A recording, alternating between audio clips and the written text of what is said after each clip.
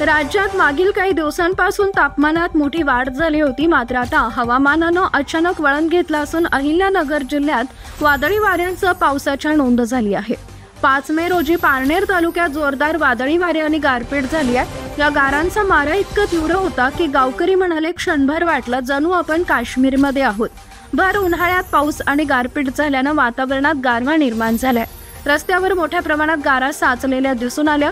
परिणामी शेती पिकांचं मोठ्या प्रमाणावर नुकसान झालं असून ग्रामीण भागातील अनेक घरांचे छप्पर उडाले किंवा पडझड झाली आहे। वादळी वाऱ्यामुळे विद्युत खांब कोसळले असून वीज पुरवठा खंडित झालाय।